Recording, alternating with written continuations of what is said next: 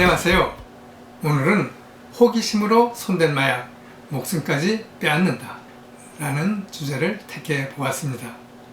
근래 들어 마약이 국내에 급속도로 유입되는 경향을 보이고 있어 사회적으로 경각심이 높아지고 있습니다. 대검찰청 마약류 범죄 백서에 따르면 2013년에 9,700여 명이었던 마약 사범이 지난해에는 16,100여 명으로 뛰었고, 지난해 마약 압수량도 1219kg으로 2017년 155kg에서 무려 8배 가까이 뛰었다고 하네요. 물론 처음부터 알면서 몸과 마음과 정신까지 황폐화시키는 마약에 손을 대는 사람은 없겠지요. 대부분의 경우 쾌락을 얻기 위해 호기심으로 마약에 손을 대는데, 이같이 쾌락을 얻기 위한 마약이 결국에는 사람을 폐인으로 만들어 버립니다. 이러한 마약을 바로 이해하기 위해서는 먼저 마약에는 어떤 제재들이 있는지 알아보는 것이 좋을 것 같네요. 마약을 분류하는 데는 크게 두 가지 방법이 있습니다. 먼저 양리작용을 기준으로 하는 것인데, 중추신경을 흥분시키는 약물과 억제시키는 약물, 그리고 환각을 일으키는 약물 등 셋으로 나뉘어지며, 이에 따라 메스암페타민은 흥분제로, 모르핀과 헤로인은 억제제로, LSD는 환각제로 분류됩니다.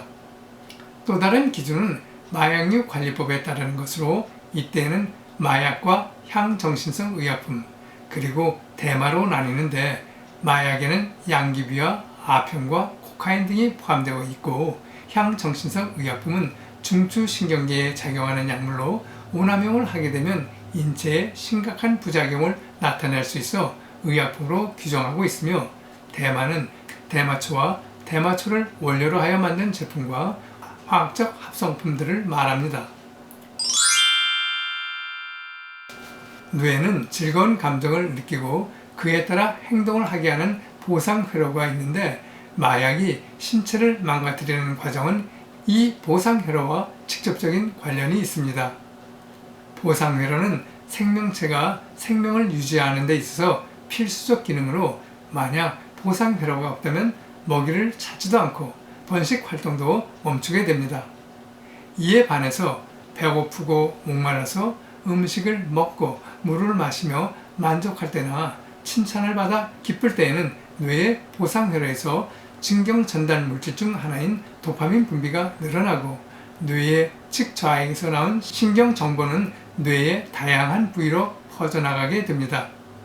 이로 인해 정서 조절을 관장하는 편도핵에서는 즐거움과 행복감이 일어나며, 학습과 기억을 담당하는 해마에서는 즐거움에 대한 기억이 만들어지고, 동기부여를 담당하는 전두엽 역시 활성화되지요.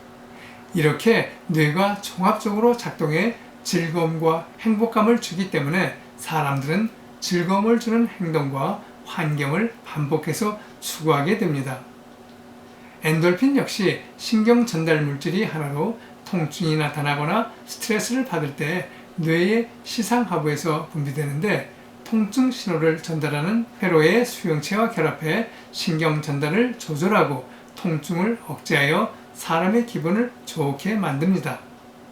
이처럼 마약의 작용은 흥분 효과와 억제 효과로 구분되지만, 두 가지 모두 도파민과 엔돌핀으로 연결되어 있으며, 도파민과 엔돌핀 모두 쾌락 중추를 자극합니다.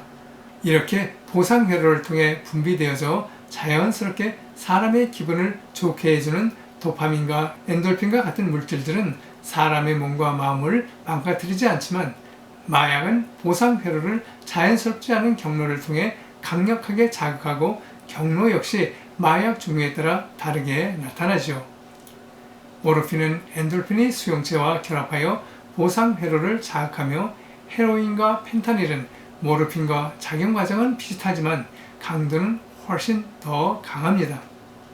코카인은 분비된 도파민이 재흡수되는 통로를 차단하여 도파민이 오랫동안 높은 농도를 유지토록 하고, 메스암페타민은 여기에 더해 도파민 분비를 증가시키고 자체 분해 속도도 느려서 오랜 시간 보상회로가 활성화된 상태로 유지되게 합니다. 만약 이때에도 강력한 쾌감만 느낄 뿐 다른 문제를 일으키지 않는다면 크게 문제가 되지 않을지 모르겠으나 계속되는 강렬한 자극은 뇌의 보상회로를 망가뜨려서 다른 여건에서는 보상을 느끼지 못하게 하지요. 보상회로에 대한 강력한 자극이 반복되면 뇌의 여러 부위에서 도파민의 농도가 높은 상태에 이르게 되고 이에 따라 마음을 안정시키는 세로토닌의 분비가 줄어들게 됩니다. 이러한 상태가 되면 일반적으로 자연스러운 자극으로는 보상회로를 활성화할 수 없게 되어 무쾌락증이나 우울증으로 빠지게 되며 결국에는 뇌를 포함한 인체의 신경 전체가 망가지게 됩니다.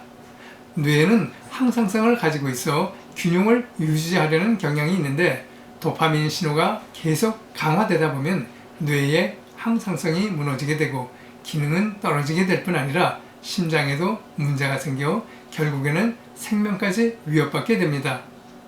이토록 약물의 종류에 따라 죽음에까지 이르게 하는 과정은 다르지만 결과는 같습니다.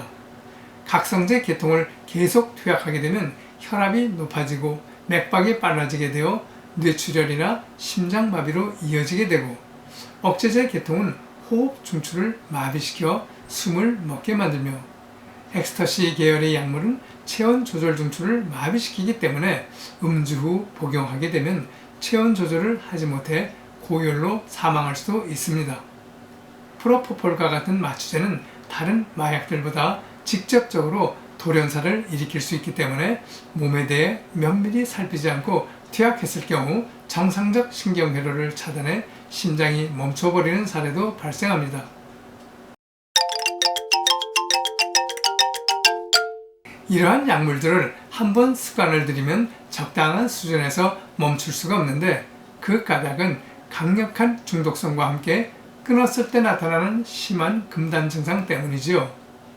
한번 마약으로 보상회로를 자극하게 되면 뇌는 다시 마약으로 얻을 수 있는 자극을 전보다 강하게 갈구하게 되어 마약이 없으면 극심한 우울감과 함께 패닉 상태에 빠져 극단적 선택을 하게 되는 경우까지도 있습니다.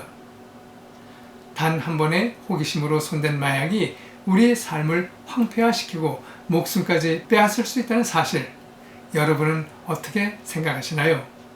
우리 모두 마약의 유혹에서 벗어나 평생토록 건강하고 행복한 삶을 살아가시기 바랍니다. 끝까지 시청해 주셔서 감사합니다.